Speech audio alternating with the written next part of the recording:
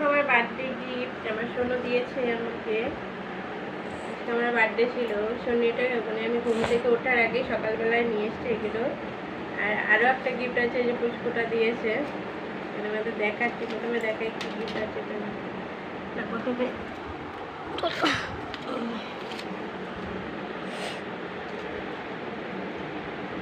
প্রথমে দেখা এটার মধ্যে কি দিয়েছে, কি লেখা আছে।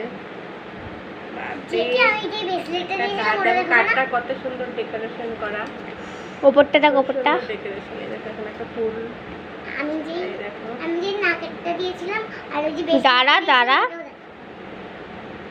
এই দেখো সোনু কি সুন্দর লিখে দিয়েছে, my dear mother, it's your birthday.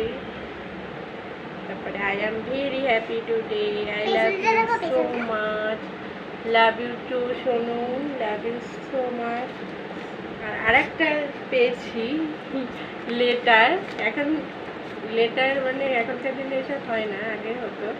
তো খুব ভালো লাগছে আমার। পুরা সব দিয়েছে, এখানে লিখেছে হ্যাপি বার্থডে জেঠি। এই দেখো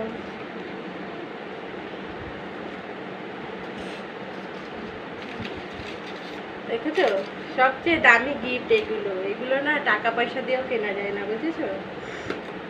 আমার সোনু পয়সা জমিয়ে একটা গিফট দিয়েছে আমাকে, অনেক দামি। দেখাই তোমাদের। সোনু পয়সা জমিয়ে এটা কিনেছে। এ দেখো কি সুন্দর একটা ক্লিপ, দেখতে পেয়েছো?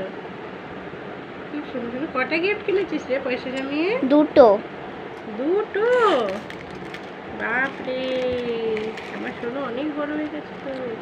ওয়াও, কি সুন্দর কানের দুল। এই দেখো,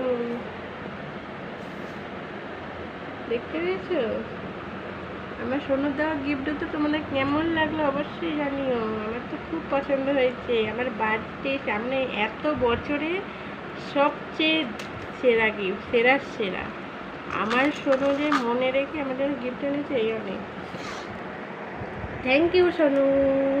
ওয়েলকাম।